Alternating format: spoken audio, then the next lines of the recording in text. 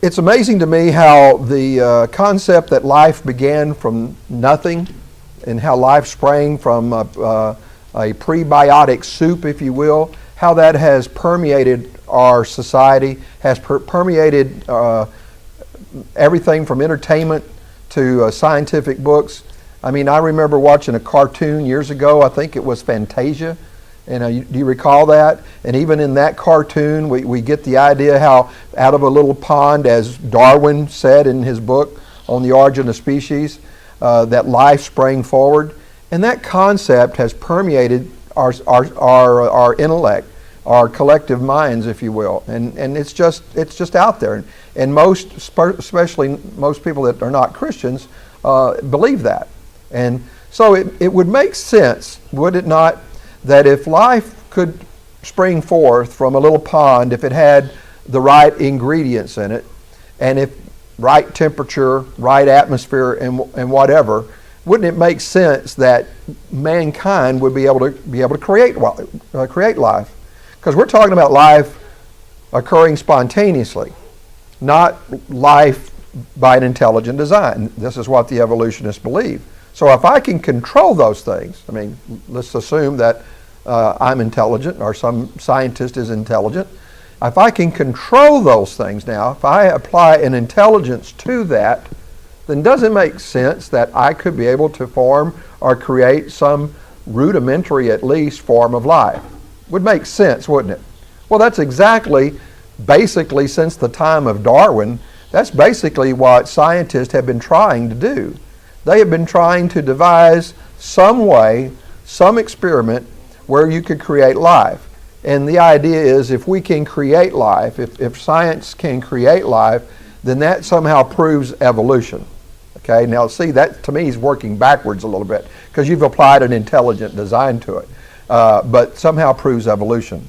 And so tonight we're going to look at three experiments that have occurred over the last 75 or over 65 years. And we're going to look at that, and we're going to answer the question, and we're going to try to answer the question, is has mankind produced life? Have we created life in the test tube? Have we created life, or at least the essential building blocks of life? Have we at least done that? And we're going to look at, especially three different experiments or three different findings and see if in fact we have done that. Now we're not talking about artificial intelligence. That's a whole nother concept. You know, we're talking about biological processes here. We're not talking about computers and machines and all the things that science fiction loves, and really mankind has progressed to the point now we can do some amazing things. Machines can even do surgeries in some cases, robotic surgery and whatnot. Then we're not talking about that. We're talking about biologic life. We're not talking about cloning either. We've discussed that years ago in this class, and we can discuss it some more later on. But cloning is not creating life. It's creating life asexually. It's taking and creating life without the commingling of a male and female part, and that's what cloning is. So we're not talking about that either. We're talking about creating life ex nihilo, which means from scratch. And I point out the first one that did this, or at least was credited with doing this, was Stanley Miller. And Stanley Miller did this in 1953. Anybody remember something peculiar about 1953? What also happened in 1953? DNA. Watson and Crick, right. Structure of DNA. Big year for the scientists, wasn't it? Well, that's when the Stanley Miller came out. The Stanley Miller experiment was published as well. And when it was published, it was lauded as a huge event for mankind. One of the biggest events or biggest scientific discoveries in the history of man. You're going to hear that again tonight as well. And so William Day, writing about the Miller experiment, said it was an experiment that broke the logjam. The simplicity of the experiment, the high yields of the products, and the specialized biologic compounds produced by the reactions were enough to show the first step in the origin of life was not a chaotic event, but was inevitable. Inevitable. Okay? That's a pretty big statement, don't you think? Later on, in 1967, RNA was supposedly created in a lab. And notice I use the word supposedly. We're going to talk about that in a minute.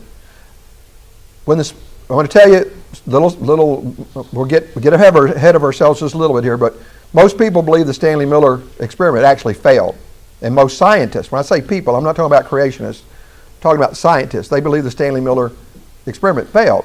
And when they finally come to that conclusion, they had to start looking at some other way that life could have began instead of out of some prebiotic soup. So they started looking at RNA.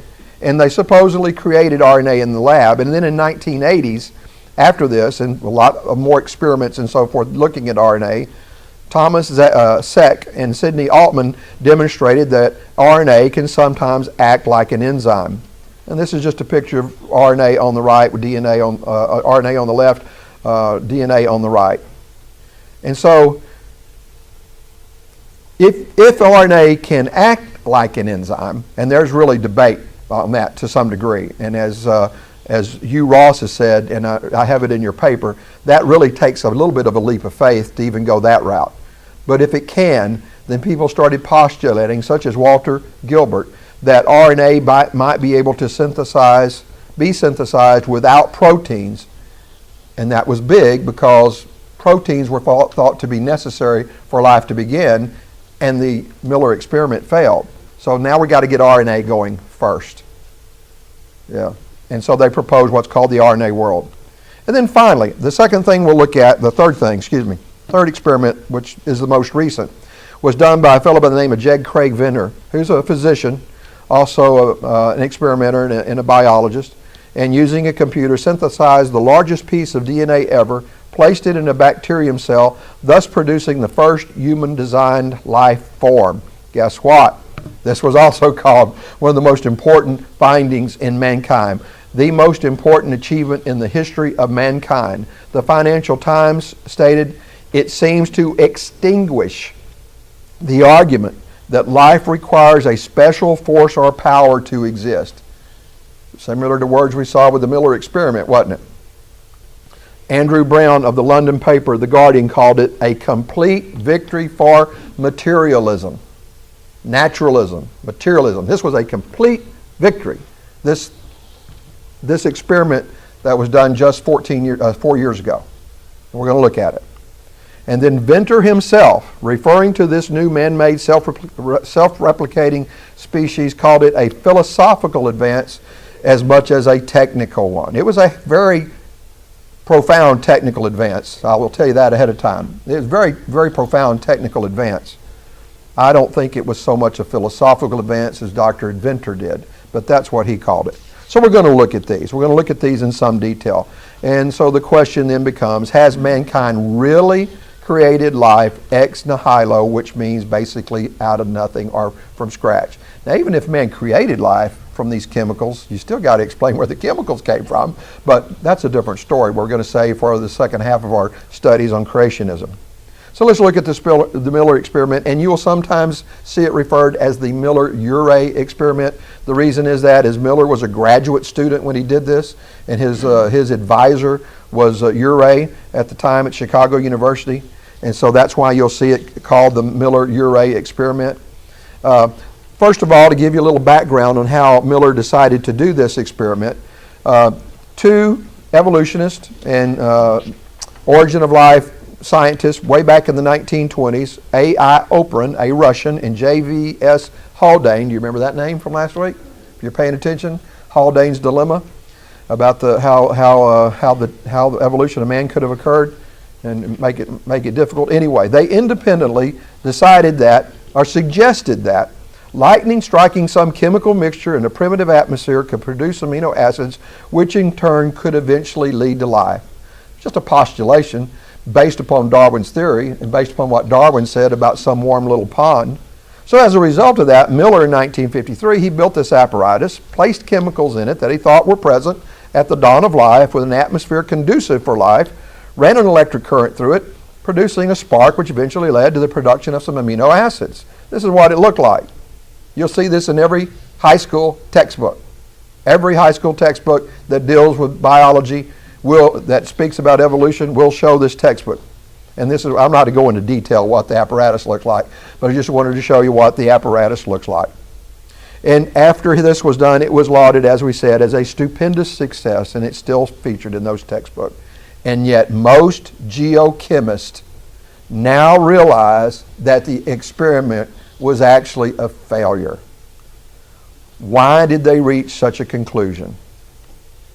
First of all, you need to look at the Earth's atmosphere and what scientists believed it to be before life began. Now, this is what non-creationists believe, what they believe the Earth looked like, not you and I, but what scientists, looking back on what the Earth's atmosphere must have looked like at the time.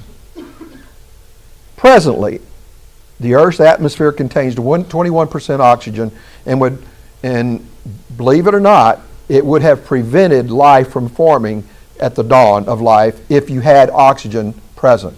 So Miller, what he had to do in his experiment, he had to pump oxygen out of that apparatus we just showed. You know why he had to pump it out? For one thing, if he'd have started boiling that water with oxygen, it would have exploded in his face, and he probably wouldn't have been able to finish that experiment, I would dare say. But also he had to pump it out because if you had oxygen in there, amino acids could not form. They cannot form in an oxidizing environment. Oxygen is used for aerobic respiration, which in turn breaks down organic molecules, oxidizing them, in other words. What's another word for oxidizing? Burn. Huh? Burn. Yeah, or rust. Rust. What happens to your banana when you sit it on the corner or off the counter for too long? It starts oxidizing and going bad, or anything else for that matter. Oxidizing is not good. An oxidizing environment is not good if you're trying to create life. Now, you got to have oxygen when life is here, but not when you're trying to create it. Synthesis is the process of building up and needs a reducing atmosphere. It needs a reducing atmosphere if you're going to build things up, and that takes away the concept that oxygen could be around. Because for synthesis to occur, you need a reducing atmosphere, not one that has a lot of oxygen in it. And so, as strange as it seems intuitively, oxygen then would have prevented the beginning of life. So there's a problem in the experiment because we now believe that the atmosphere was quite different than what Oprin and Haldane and Urey believed. For the origin of life, the chemical building blocks could only have been formed in a non-oxygen atmosphere. And as I just said, Oprin and Haldane and Miller's predecessors realized that this produced the primitive, that they realized this and proposed the primitive atmosphere was strongly reducing and high in hydrogen, which is opposite why we have it today. Why do you think they proposed that? Because that's the only way proteins could be made. That's the only reason. They had no proof of it. They had absolutely no proof of it. But they proposed this atmosphere because they're scientists, chemists. They understood. Couldn't have a lot of oxygen. So that's what they proposed. And then if you had that, I guess it's possible lightning could strike and you might produce an amino acid. Because there's no doubt Miller's experiment did produce a couple of amino acids too. Produced a lot of nonsense and sludge as well. But it did produce a couple of amino acids. 1952, Harold Urey, Miller's advisor, comes along and guess what? He proposed the same thing. This atmosphere had to be made of hydrogen, ammonia, methane, and water vapor, and notice there's no oxygen in there. So scientists postulated that the Earth was created by interstellar dust at that time. At least some of them did. So Stanley Miller, as we've already said, I'm not going to go through that again, but he created this apparatus and in about a week, presto, styrene and alanine were produced along with a lot of sludge. And reactive products not even formed in living organisms. So what's the problem? The biggest problem with Miller's experiment. Scientists now believe the early Earth atmosphere was not what Urey, Oprin, and Haldane had predicted. Princeton chemist Heinrich Holland and Carnegie Institute geophysicist Philip Abelson have concluded that the Earth's atmosphere was not formed by interstellar gas, but was rather formed from volcanic action, which produces CO2, nitrogen, water vapor, and traces of hydrogen. And then hydrogen is difficult to keep in the Earth's atmosphere. It's too light. Gravity has little effect on it. And this would leave oxygen behind in a process known as photodissociation. So we can't say, and those scientists, again, I'm talking from the scientist point of view now, not a creationist, but those scientists cannot say how much oxygen was around in the primitive Earth's atmosphere, but we can be very certain that it wasn't oxygen-free, and that's a big problem. The only reason to believe that it was oxygen-free is because evolutionists need a reducing atmosphere. They can't have an oxidizing atmosphere. So, is there any proof that maybe there was oxygen around? Well, if you hold to the idea that the Earth is 4.5 to 5 billion years, two British geologists, Harry Clemmy and Nick Badham, looked at rocks dated 3.7 billion years ago, and guess what? They proved it contained oxygen. So Marcel Florkin has determined the concept of a reducing primitive atmosphere must be abandoned. Hence, the Miller experiment no longer is adequate to explain the origin of life. But there's other problems with the experiment too. That's not the only one. First of all, they had ammonia in there. They put ammonia in that concoction. Ammonia absorbs ultraviolet light from the sun. Therefore, it would have been destroyed. Wouldn't have been around. Secondly, there was no allowing for the removal of hydrogen in Miller's apparatus. What we just say about hydrogen, it can't stay in the atmosphere. It's too light. That's why our atmosphere is not full of hydrogen. It's more oxygen. And so you need hydrogen to produce methane. Methane has to be produced with hydrogen. So without ammonium or methane, only water, carbon dioxide, and nitrogen, no amino acids are formed at all. They just won't happen. So clearly, the Miller experiment does not work in real atmospheric conditions, not even atmospheric conditions that were supposedly around 3.5 or 4 billion years ago. Here's the problem, and I've already alluded to it. And the problem is that the Miller experiment continues to be used in high school textbooks to explain how life could have originated in the early formations of the Earth. That experiment's in every textbook. It was in the textbook that Steve gave me from Deer Park, and that Texas uses. And they show that. Why? Do you have any idea why they continue to show that experiment? Any thoughts? Propaganda. It's all they have. It's all they have. That's the only reason I can think of. They're trying to sway young minds. And if they allude to the fact that life was somehow created out of a prebiotic soup, then they may have them. So Kenneth Miller of Brown University, this is the textbook I'm talking about that presently our state uses. Kenneth Miller of Brown University and Joseph Levine, science writer and producer, Concord, Massachusetts, in their textbook, Biology, described the Miller-Urey experiment, calling its results spectacular. That sounds like they believe in the experiment, doesn't it to you? Well, they know better than that. They know that that's not true. They even say so. Miller and Urey's experiment suggested how mixtures of the organic chemicals necessary to life could have arisen from simpler compounds present in primitive life, but they state in their textbook, but we now know that those atmospheres are probably not what the atmosphere looked like then. They say it, but they still keep it in there. And as I say, scientists now know that the Miller and Urey's original simulations of Earth's atmosphere were not accurate. My question is then, why keep it in there? And of course, Jonathan Wells, if you've read the book Icons of Evolution, he goes into great detail in a chapter regarding this, and some of this material that I've taken tonight came from that book. And it just doesn't make any sense. If you know that the experiment was wrong, yet you're going to show it in the book, and let's back up and show, here's what their conclusion was. Miller and Urey's experiment suggests how mixtures of organic compounds necessary for life could have arisen from simpler compounds present in a primitive Earth. They know that's not true, but they say it anyway. But we're going to cover the basis, and we're going to say that original atmosphere didn't look like that. Still in the book. So they considered important enough to place it in there, and it misleads at best. And it's a frank lie at worst. Miller and Levine's textbook seems to cover it up by saying other experiments based upon more current knowledge of Earth's early atmosphere have produced organic compounds. They don't cite a single one of those experiments in their book. Not one single one do they say. They throw that experiment out, and which one do they show?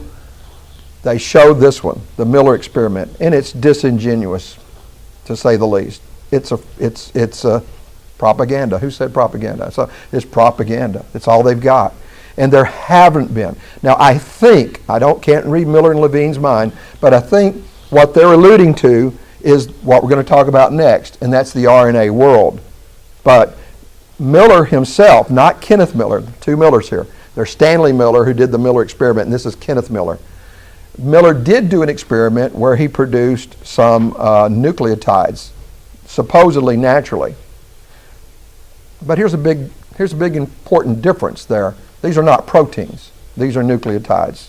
And I don't know the details of that experiment that occurred in 1995. That apparently is what Miller and Levine are referring to. Producing other organic compounds and nitrogen bases are not the same as producing amino acids. One final note. It should be said, and this comes from myself, that anytime you see these life experiments such as Stanley Miller's, they must be contrived to have any hope of building compounds that produce life. Otherwise, all you're going to get is chemically insoluble sludge. You got to stack the deck and produce atmospheres that would produce these things that are not realistic. So that brings us then to the RNA world. We've alluded to this a little bit in a previous lesson, 2 or 3 lessons ago. I talked a little bit about this, but the RNA world is now the explanation for how life may have began on Earth. And even we teach medical students at our clinic, and we'll sometimes get to talking philosophical things. I'm sure Toby does that too sometimes, and my other brothers, because you got a little time on your hands. But what are they told? They're told this. You say, well, no, we understand now that the way evolution occurred had to have occurred from an RNA world. And so in 1987, experimenting with one kind of RNA, scientists demonstrated it could act as a catalyst or an enzyme and therefore function like a protein, a property you, Ross, as I alluded to earlier, has stated requires a leap of faith. Now, this was a 1987 experiment, and they already had an RNA molecule. They didn't produce an RNA molecule in this 1987 experiment, but they took one type of RNA and said that one type could act as a catalyst or enzyme. See some words there that are not terribly scientific, though. And biophysicists, and I think this is still our friend Kenneth Miller. I can't say that 100%, but that's why I said what I said earlier, that I think this is where Miller and Levine get this. He says nearly 2 decades of experiments showing that a very simple RNA sequences can serve as biologic catalysts and even self-replicate. So now we got the RNA world. And so this seems to bypass the problem of an oxidizing atmosphere, which has led some scientists, as we've already mentioned, Walter Gilbert, to propose the RNA world whence life began. But there is a problem. There's a fellow named Robert Shapiro, chemist, and he's looked at all these supposedly RNA experiments, and he went back to the original paper that published in 1967 where RNA was supposed to have been made. And he said he can't find any evidence that nucleotides of any kind have been reported as products of spark discharge experiments or studies of meteorites. They don't occur spontaneously. If you're going to build an RNA, you're going to have to build it from some other mechanism than a spark or coming over in a meteorite. So what about the 1967 experiment where RNA was supposedly produced? Well, Shapiro looked at this, and he looked at that experiment. It's one paper. So that one paper that occurred in 1967 is the basis where all the other scientists say that we've built RNA. Because guess what? Nobody's ever replicated it. And what do you know about medicine in general? If you know studies that are done, not even medicine, but any other study. If you can't replicate it, you have to question the study, do you not? Because somebody could have cheated. Somebody could have made that occur. You've got to be able to replicate it. So Shapiro has traced all these references to this one paper, and he's thus concluded it's a myth. And no one has ever replicated that study. Gerald Joyce of Scripps Research Institute has noted how unlikely RNA could have occurred spontaneously. And here's a problem, and we talked about this before too. Even if it could have occurred spontaneously, it couldn't have survived long enough in the Earth's atmosphere. It's an unstable molecule. Now, it could have survived a while. Most of the time it doesn't survive more than just hours. But it's possible it could have survived up to about 12 years. But for RNA to be the precursor of life and be the origin of life, it's got to be able to survive millions of years, and it's too unstable. It won't do it. And even if it did survive, we're still left with that problem we looked at the last 2 weeks, aren't we? Okay, you got an RNA molecule. You're going to produce proteins with the RNA molecule. What do you need? You need some information in the RNA molecule.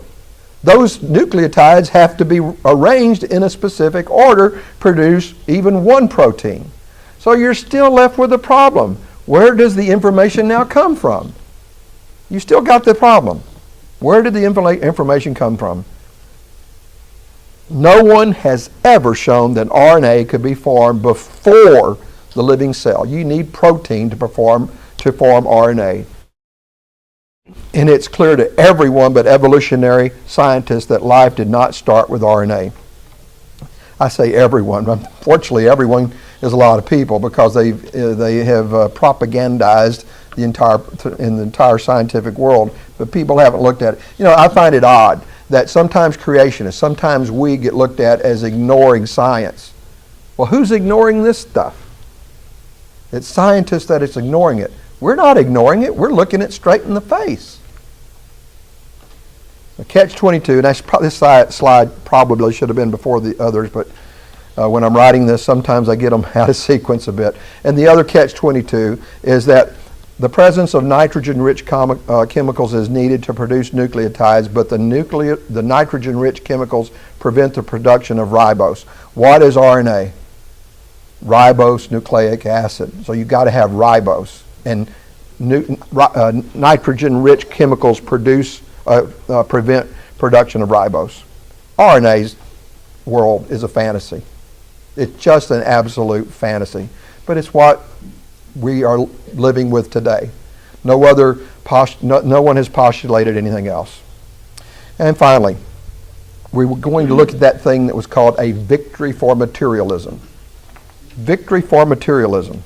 Was it a victory for materialism? June of 2010, Scientific American listed 12 events that will change everything in the world. And one of those events had been just recently published, and it came from Dr. J. Craig Venter. What and how did Dr. Venter's team actually accomplish? Some say it should say how and what did Dr. Venter's team actually accomplish, but you get the point. Here, here's what Venter said. It's not what he says. First of all, I want to talk a little bit about Dr. Venter. Not saying this is a negative necessarily, but he's a big showman. He's been called the world's greatest scientific provocateur. He's a medical doctor, scientist, billionaire, yachtsman, Vietnam vet, explorer, extremely brilliant man. Just an extremely brilliant man. And it's been his quest to produce life. That's what he's trying to do. And that's what his experiment did.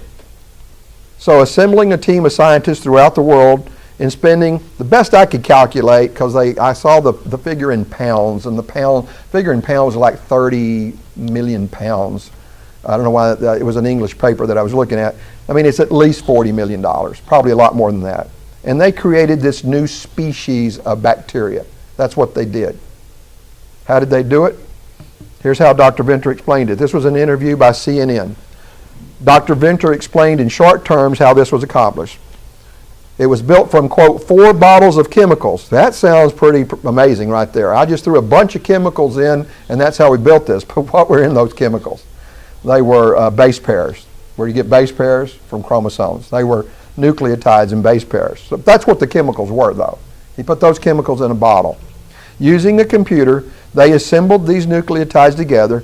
They transferred these nucleotides. Now, the computer came up with a sequencing. That's the brilliance of this research. they came up with a sequencing for a new protein. And they assembled it from these nucleotides, these base pairs. And they transferred it to a recipient cell. They first put it in a yeast, and then they finally transferred it to a pre-existing bacteria cell. And lo and behold, it started producing protein. It worked. Once inside the bacteria, the DNA started producing a new protein, totally new protein designed by this computer.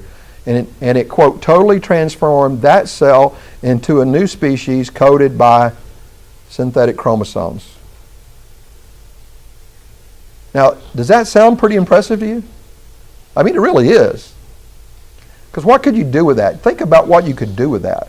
If mankind now has the ability to produce a whole new species of bacteria, what are the implications there? What do you think?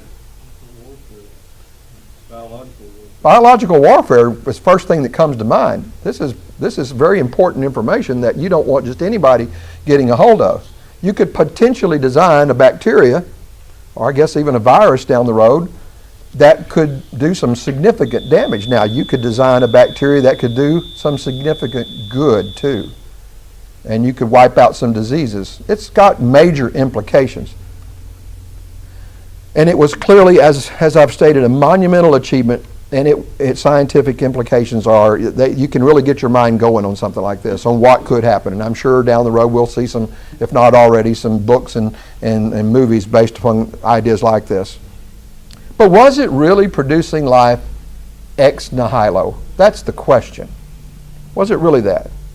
To me, it's self-evident. He wasn't creating new life from scratch. First of all, he had a pre-existing bacteria were used, and you had to remove the chromosomes from a bacteria cell that you already had. Okay? Then you reassembled those chromosomes into that bacteria.